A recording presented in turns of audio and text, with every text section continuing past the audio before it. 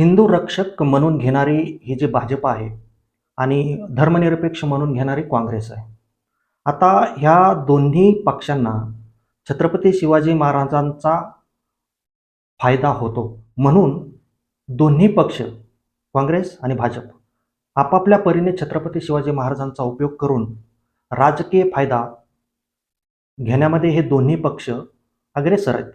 पण महत्त्वाची गोष्ट ही की दोन्ही पक्षांना खरे छत्रपती शिवाजी महाराज कळालेलेच नाहीत किंवा छत्रपती शिवाजी महाराज समजून घेण्यामध्ये त्यांना इंटरेस्ट नाही आहे. खरे छत्रपती शिवाजी महाराज जर जनतेला कळाले तर छत्रपती शिवाजी महाराजांचा राजकीय फायदा या पक्षांना होऊ शकणार नाही, हे ह्या सर्व राजकीय पक्षांना माहीत आहे.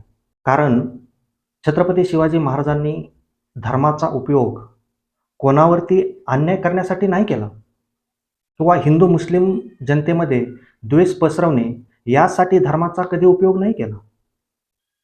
आणि धर्मनिरपेक्षतेचा जर विचार केला तर छत्रपती शिवाजी महाराजांनी धर्मनिरपेक्षतेचा उपयोग परकीय जे आक्रमण व्हायचे ते कधीही सहन न करण्यासाठी केला किंवा धर्मनिरपेक्षतेचा अतिरेक सुद्धा केला नाही. ही गोष्ट छत्रपती शिवाजी महाराजांची समजून घ्यायला जनता कमी पडते. त्यामुळे जनता राजकीय पक्षांना मूर्ख बनवण्यासाठी एक वापरलेलं छत्रपती शिवाजी महाराजांच्या रूपामध्ये एक शस्त्र आहे. ही गोष्ट आपण सर्वांनी लक्षात घेतली पाहिजे.